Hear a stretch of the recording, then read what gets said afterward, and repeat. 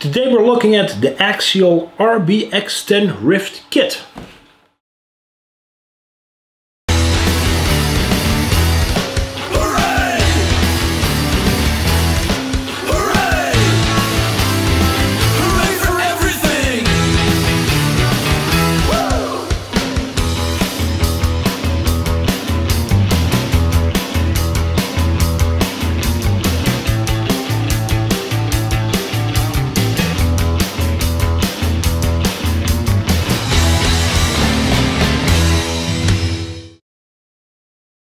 Thanks for watching. This is the Axial RBX10 Builder's Kit.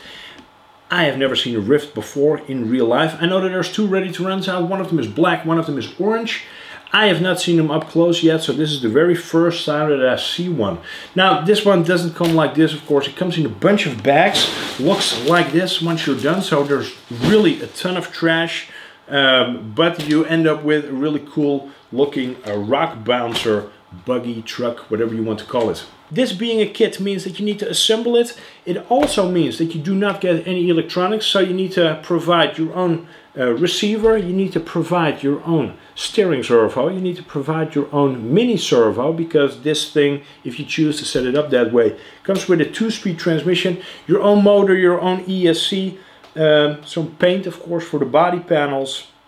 And apart from that, I think you are good to go. No, some tire glue you need as well. Let's go over some of the features on the box. I think the most striking thing is that the cage looks really white, but in reality it doesn't. I already have my can of Tamiya gray primer standing ready to be used, but I didn't need to do that because it is actually really nice off-white grayish color, so it won't look that dirty when you hit the trails with it. Of course, a ton of features. I'll make sure that you see some close-ups of this box. It is, as far as I can tell, all new, so I have not been able to see anything that looks super familiar in this kit. And I think that is a great thing. First thing that really struck me was how large this is. So it is a very long vehicle, also pretty tall. I would almost say that it is more 8 scale than 10 scale, but that is just me. The instructions as well, they're absolutely fantastic. Each step comes packaged separately, so you don't have to sort of like unpack several steps and then look for your hardware. It is really neatly packaged and very well described. There's two things that you might run into where you need to pay some extra attention. One of them is where you put your pivot balls, especially in your links, and the other one is where you put your hardware when assembling the cage. But if you run into that issue where you don't really see where which screw goes, just address the previous step and you will easily be able to make sense of it, since this is a symmetrically assembled cage when it comes to the hardware.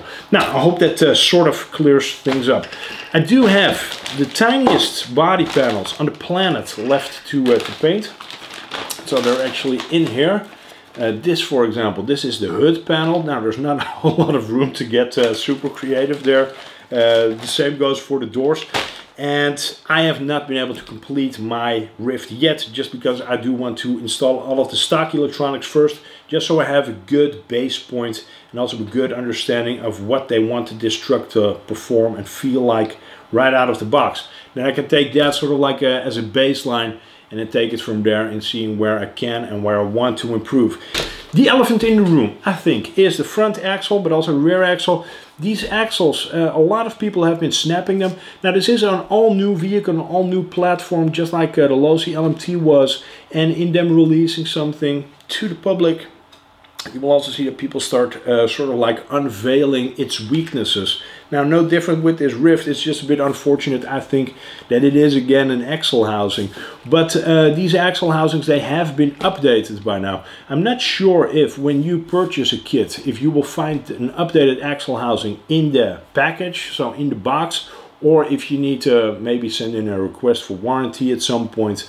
So just keep that in mind. It is, however, a truly easy fix. What Horizon has done is the truss and also the webbing that continues out from the diff cover, that is deepened a tiny bit. So it is a bit more stout, and it also extends over where you would screw into that link mount.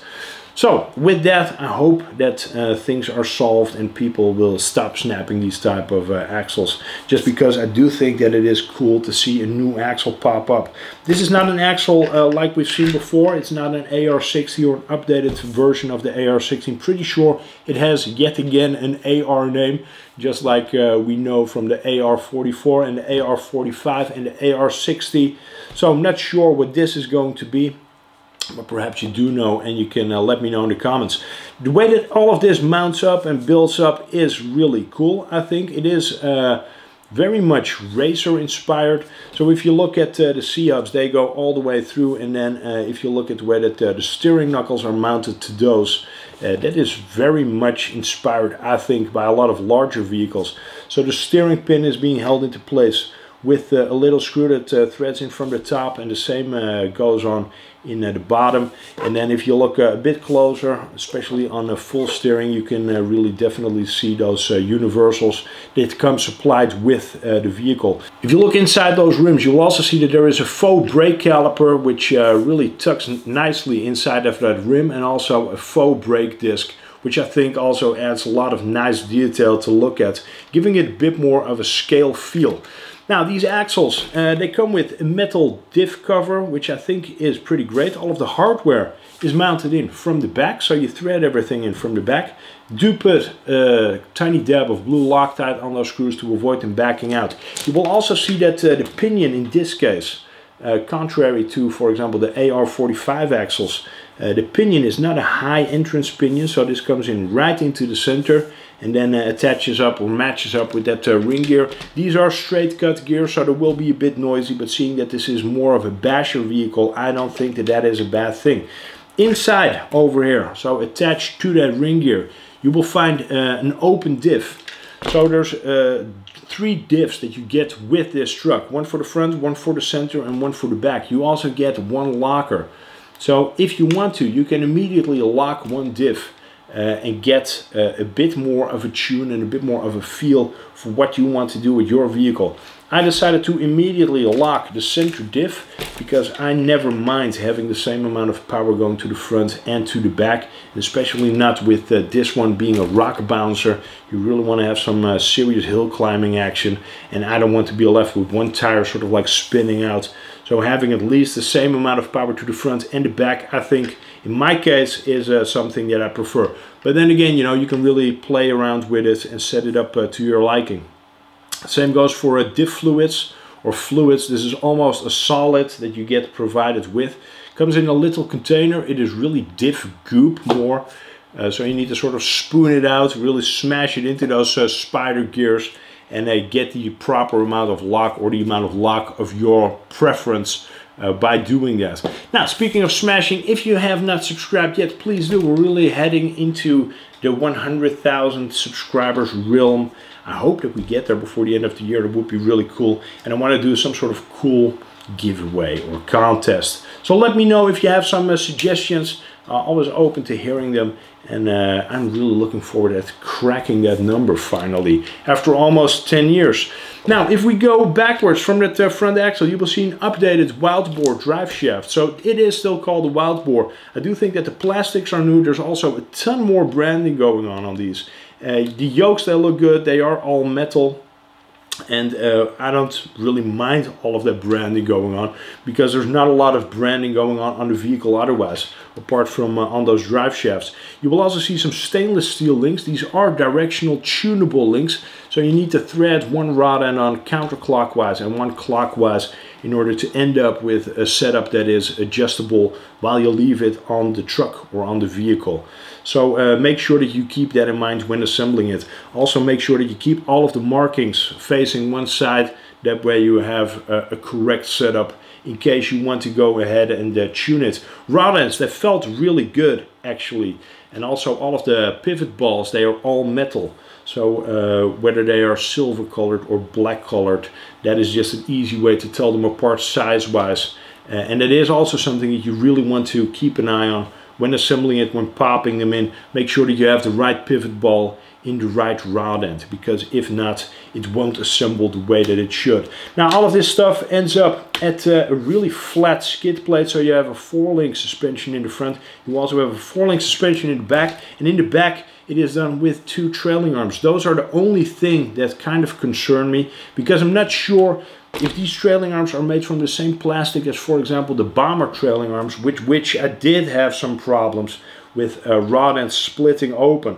Now I hope that this is some sort of updated plastic, or at least a bit better, because I do like the look with them being sandwiched between these 2 champagne anodized aluminum parts.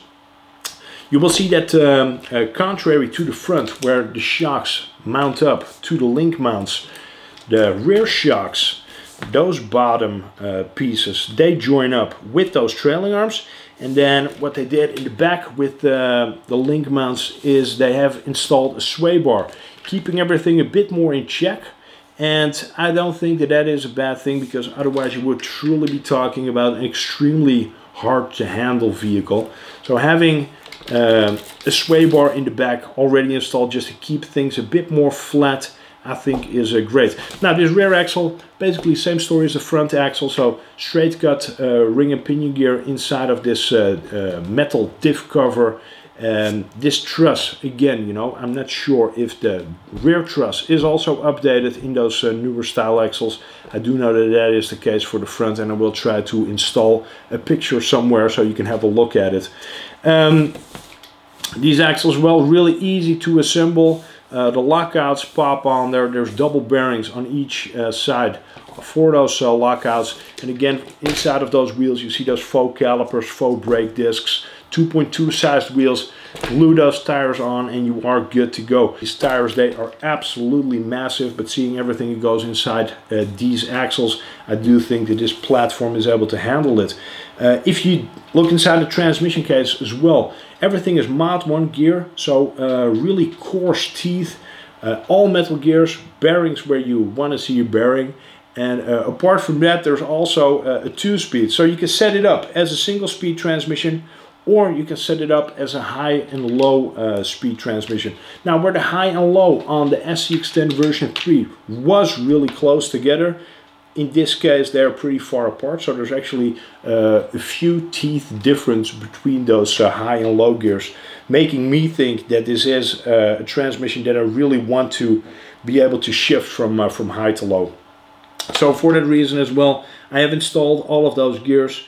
The shifting fork as well is metal, and all of that joins up and can be moved with a micro servo that you mount up into the front over here, pretty easily accessible. Now on the top over here is where you would mount your ESC. Again, I'm still waiting for mine, so I did mount that plate on which I can mount the ESC, and behind this spur gear cover you will find a fully, well, it is pot metal, but it is a metal motor plate, really easy to dial in your motor and your motor spacing, because for every size pinion, whether that be, I think 13 or 12 might be the smallest, all the way up to 17 or 18, but I could be wrong there. 17 tooth pinion comes provided with, and it gives you the right amount of clocking on your motor in order to get a good gap between your pinion and your spur gear. Again, this all being Mod 1, it is loud, it is all metal, so keep that in mind. There's nothing wrong with your truck if it sounds like this when you move it. There's a tiny cradle sitting in front over here, so in front of your transmission case, which in my case is still opened up. This is for your receiver. This drops out pretty easily just with a couple of screws. So there's 2 in the top, 3 in the bottom. You can take it out completely and you can change your receiver if you want to do that.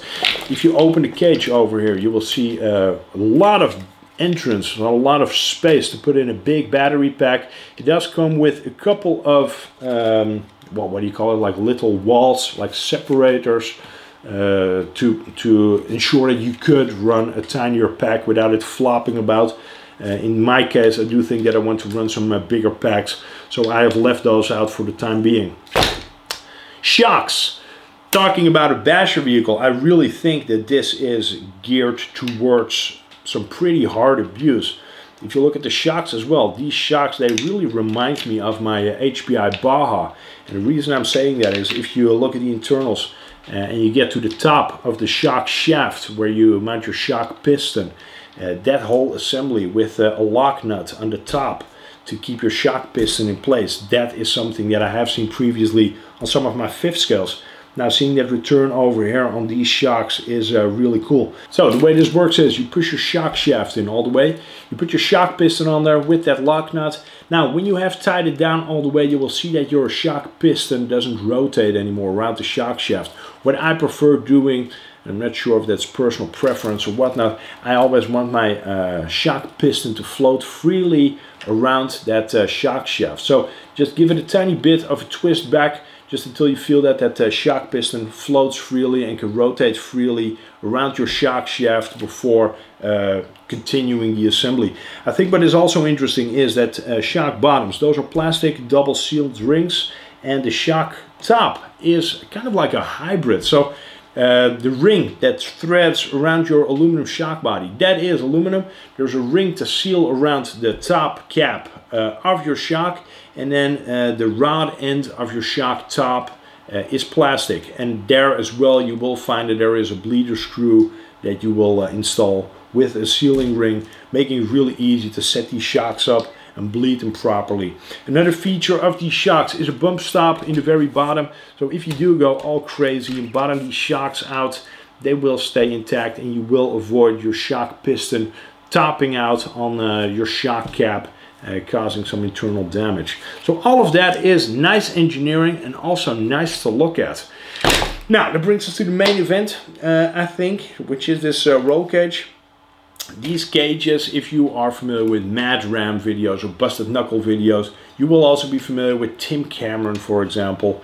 I've seen a ton of videos of them just thrashing these type of trucks or buggies or whatever you want to call them through the forest, throwing rocks at spectators with these huge wheels and huge V8 power going all crazy, short gears. Really super cool, and I think that Axial really nailed the shape of this cage. It looks completely like the real thing.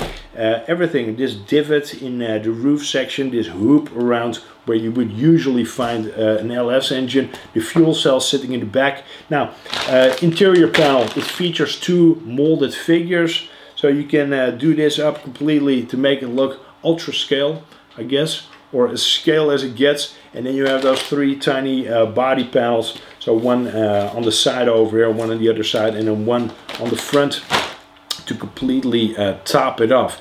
I am really keen to get this thing out. I also know that Proline has released some really cool wheels and tires that I definitely want to try on this Axial Ryft. For now, however, I think that I will just focus on painting those tiny panels and seeing how this will turn out while waiting for those electronics to arrive.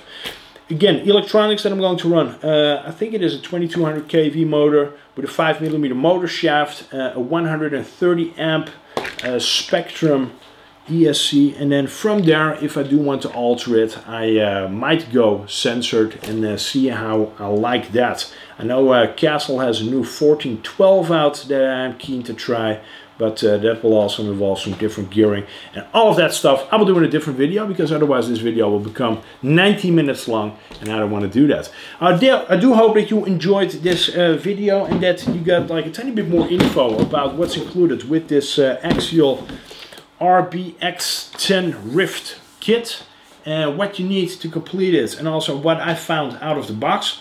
I'm really giddy. An all new platform, super cool. It's always nice to have a fresh RC in the shop, and especially seeing right now that spring is just around the corner.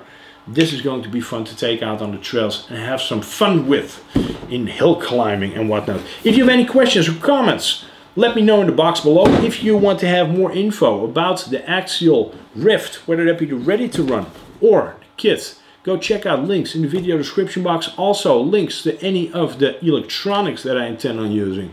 Those will also be in the video description box.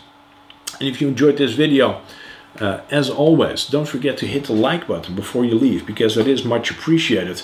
My throat is all dry. It is nice weather outside. I might treat myself to a cold beer right now. And I will see you in the next video, in which I will paint up the smallest body panels in the world. Bye-bye. Stay safe. Back on.